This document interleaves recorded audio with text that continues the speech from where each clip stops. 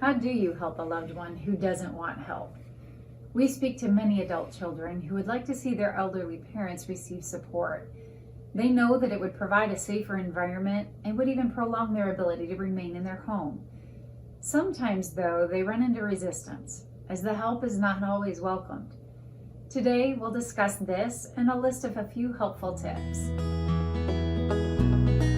Welcome to the Senior Circle, where we hope to inspire and help others by providing valuable, relevant information related to caring for an elderly loved one. Hi, my name is Dawn Neely and I'll be your host. Thank you for joining us. Caring for the elderly can be challenging, particularly if a loved one doesn't want the help. It's important to try to understand what's causing your loved one's resistance and how you can encourage cooperation. One of the toughest challenges you can face when caring for the elderly is resistance to the care itself. Our goal today is to hopefully help anyone dealing with this to maybe understand why resistance to care might develop and explore some strategies for fostering the cooperation. If your loved one is in need of care, he or she is likely dealing with loss, physical loss, mental loss, the loss of a spouse, or the loss of independence. Accepting help might mean relinquishing privacy and adjusting to new routines. As a result, your loved one might feel frightened and vulnerable, even angry that he or she needs help, or guilty about the idea of becoming a burden to family and friends.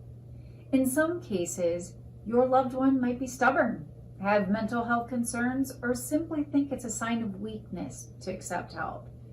He or she might also be worried about the cost of certain types of care.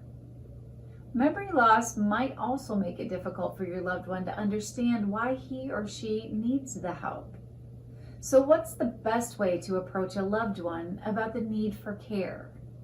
Sometimes the doctor will start a discussion with your loved one about their care needs.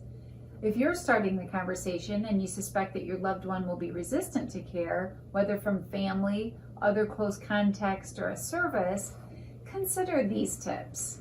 Determine what help is needed.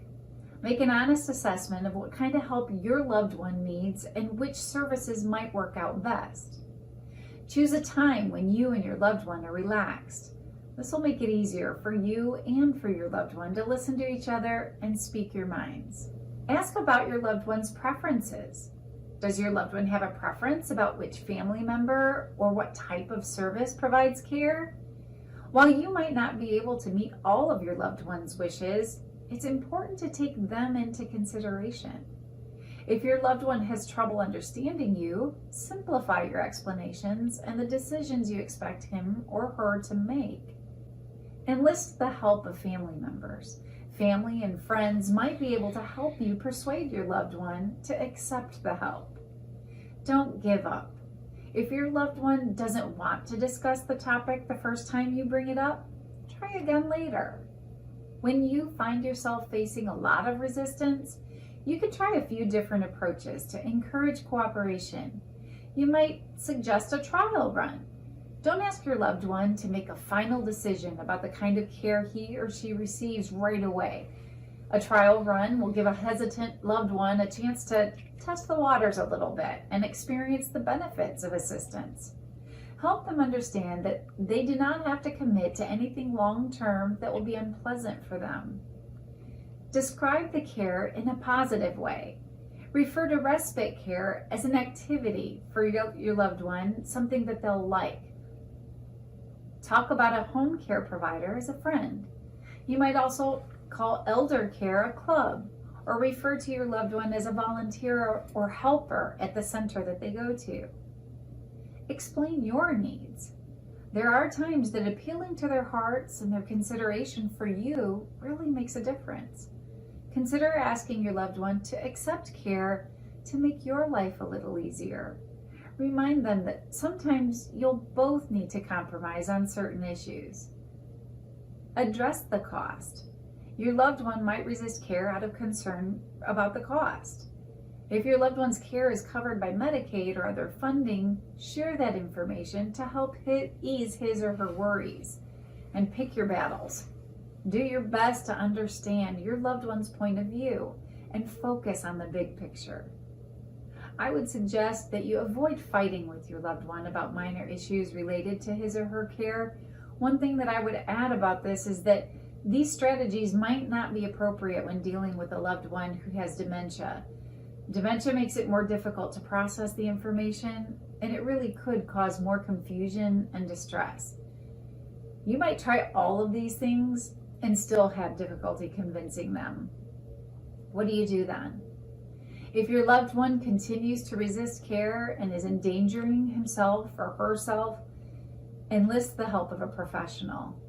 Your loved one might be more willing to listen to the advice of a doctor, a lawyer, or a care manager about the importance of receiving the care. Resistance isn't uncommon. Many caregivers face it. By keeping your loved one involved in the decisions about his or her care and explaining the benefits of assistance, you might be able to help your loved one feel more comfortable about accepting help. If you feel helpless or even fearful that your efforts to convince your loved one to accept are not working, don't struggle with the situation on your own. In the struggle to provide care for those that you love, remember to accept help and assistance for yourself as well. Talk to your family, friends, and professional care services near you that can help. Always feel free to reach out to Seniors Helping Seniors for support or with questions that you have regarding your loved one's care. You can contact us at the number below anytime.